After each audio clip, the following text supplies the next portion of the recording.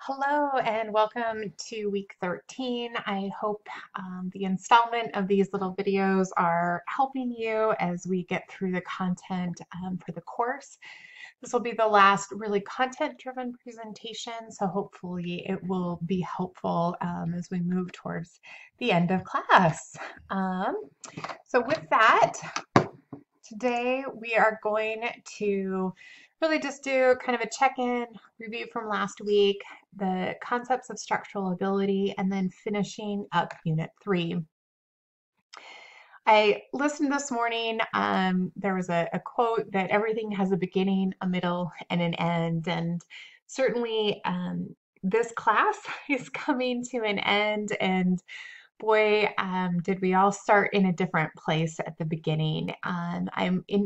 Thoroughly impressed with each and every one of you as you are really doing a tremendous job of overcoming the new obstacles in your lives, and you should really be proud of the work that you're doing. And this course is really focused on the idea of preparing you for being a successful student and being successful in your academic career. Certainly after this course ends and you finish up successfully, you will be able to tackle whatever comes your way. Just as a reminder, I do have office hours kind of scheduled on Wednesday during our normal class time through the Collaborate link, and then I am available at any time, so please feel free to contact me. Major due dates are this coming Sunday. All of the Unit 3 activities and quiz are due, and then on May 16th, finishing up the rest of the course in terms of your presentation, your paper, and your final exam. So the review from last week, we've got the structural motivation and those main concepts of rewards and punishments. This is typically one of the sources of influence that is pretty easy for everyone to grasp. Structural motivation is something that we see and experience throughout our lives. The big takeaway that I want you guys to remember is really that idea that this is the one that you should use most sparingly and be very aware of unintended consequences. We do rely a lot on rewards and punishments. Unfortunately, that's not always the best decision, and we see some different unintended consequences of that. And being aware of that potential will help you avoid those particular pitfalls. The other thing we talked about is really the purpose of general education. My intent in having you explore all of those different 21st century skills is to see some of those commonalities of communication and problem solving that we see across the board, no matter who's doing the research. It's important to note that those types of skills are the skills that are really the focus of your general education courses. So no matter what the content is, those ideas of problem solving, of really being able to communicate and really represent your ideas are across the board what is being taught. And we're back to the influencer model. I am leaving these slides in intentionally. You should be able to see these in your sleep and describe them. So we always start with that SMART goal. We identify those vital behaviors. I am still seeing worksheets in which I am having difficulty understanding your vital behaviors. And that is not a good place to be in as we're headed towards that final paper. So if you are one of those people, I strongly encourage you to reach out so that we can make sure that those are clear as you move forward and finishing up your paper. As we get into the sources, we've got sources 1 through 6. Remember that we always need to use 4, if not more, to be effective in our influence structures. We always need to use personal motivation. There's an overlap between social motivation and social ability. And as I mentioned before, source 5 is one that we want to use sparingly. Within the influencer model review, just really diving into source 6 this week, that concept of change their space. So we're going to be addressing the physical environment. And within that physical environment, we're also talking about online environments. They function the same, and sometimes they're actually a little bit easier to see all of the parts and pieces. But within structural ability, that key idea is to change the space. The first step that we're going to do is make the invisible visible. And this might be something that you're seeing right now as you're spending more time at home. The idea that maybe there's aspects of your space that aren't as conducive to whatever it is that you want to be doing. And sometimes being more in that environment will allow you to see those things a little bit more acutely. And want to make those changes, but really kind of keeping an eye, always looking and re-looking at your space, re-looking at how you see or what information you're gathering is going to be a key structure that you're going to want to bring with you whatever you do in terms of looking at systems of influence. So within that, we're going to make that invisible visible. We're going to mine the data stream, change the space, and make it easier.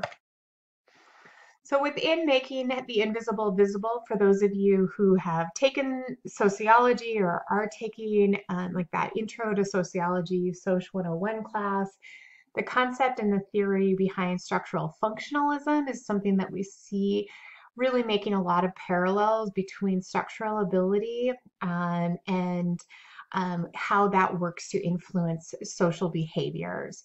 So just keep that in mind. If that's an area of something that you're familiar with, you should be able to draw those conclusions.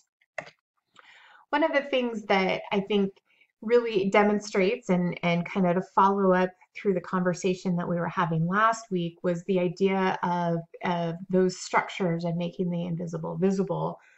We know, and you articulated in your discussion last week, that potentially grades aren't always the best choice, right? That maybe it's not always pushing you towards learning more. Maybe it's pushing you more towards competing against your peers or being hyper-focused or worried about failure. So we know that there are issues with the concept of learning towards and grades and that connection. And so we've got these unintended consequences. So what if we change that system, right? What if we want to reinvent and refocus on learning? How can we do that? And what are the structures in place that might limit our ability to do that? And so this really gets into that idea of looking and making the invisible visible, right? So great, we have this idea, we want to change the structure of how we grade. Can we do that? Now we need to look at all of the structures in place, right?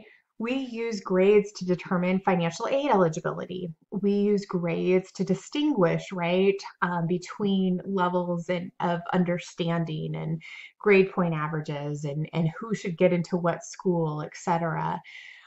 We use grades and kind of length of time of learning, which is another variable in terms of grades that to determine number of credit hours, to determine payment for instruction, to how we do all of our financial systems. So while we have this idea maybe of we should change the structure to focus back on learning, now we have to relook at all of the different pieces and parts that are reliant upon that one idea. And can we make that change? And so really coming back at that idea of making the invisible visible is to start listing those out, right? What are all of the different kind of interconnected structures that force us into a certain behavior if we're trying to make that change?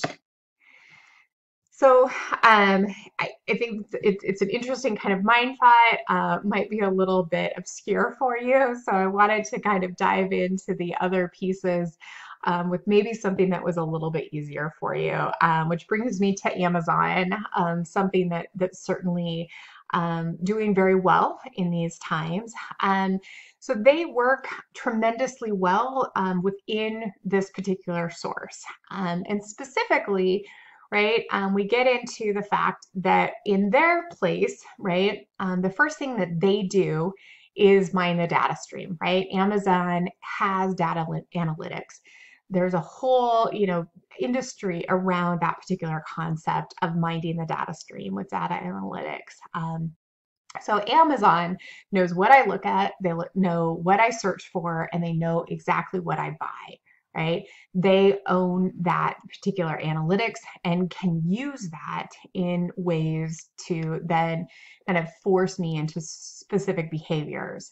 So the next thing they do is they change that space, right? When I go and land in Amazon, I'm going to see those products that I searched for, right? The things that I didn't buy, maybe that I was looking at, the things that were in my checkout at some point and then removed.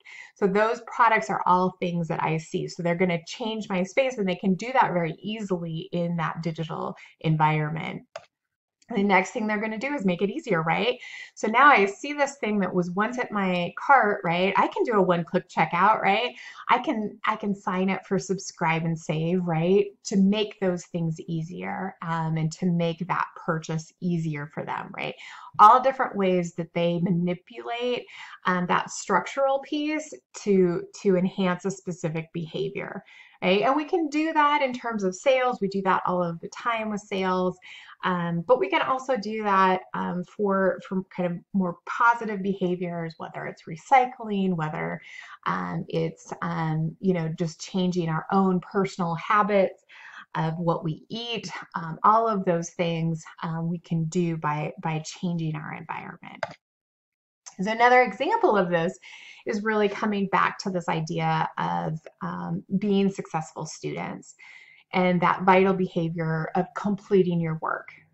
One of the conversations that we had at the beginning of the semester is really talking about that physical space, talking about your time management plans, right? Making that a conversation and making that more visible, right? Not allowing that conversation to just be like, oh, you'll figure it out. We're going to intentionally dive into that and make that much more visible. Then we're going to, mine that data stream, right? You've had an entire semester of getting feedback from yourself, from your faculty, from your peers, your family on how school's working in your schedule.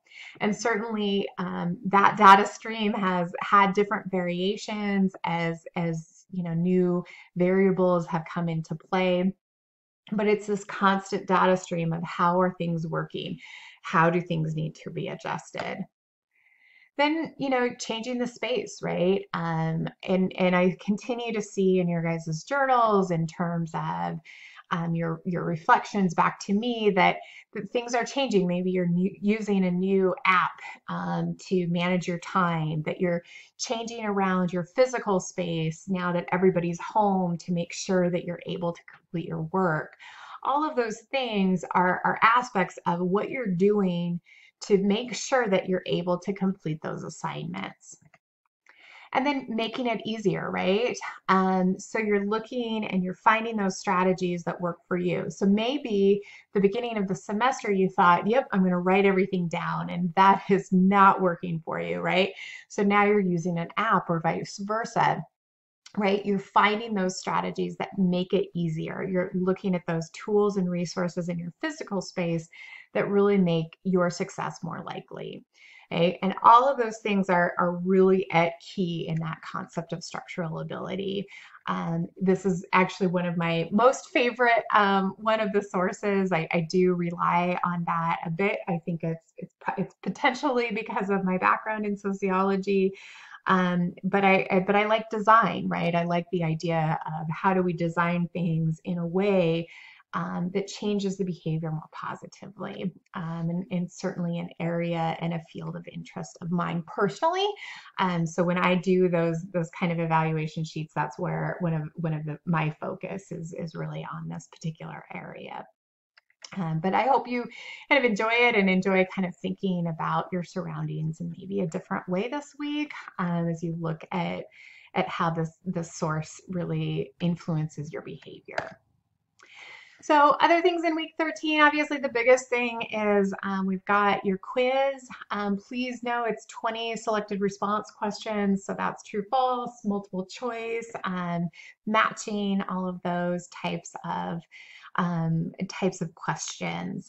The topics is working in teams and the value of working with others, which we looked at right at the beginning of Unit 3, the idea of student clubs and activities and the purpose of those, critical thinking, the purpose of general education, and then obviously sources 3, 4, 5, and 6 are all going to be covered in the quiz for this week.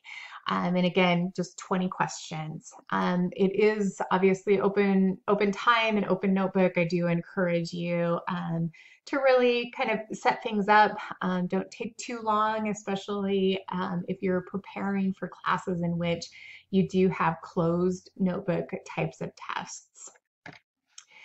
So finishing up week 13, just remember that all of the learning activities are due next Sunday on the 3rd. If your life is something that is a problem, I need you to be communicating with me right now to make sure that we can figure out an ending to this course that's going to work for you and work for your life kind of in the midst of all of this change.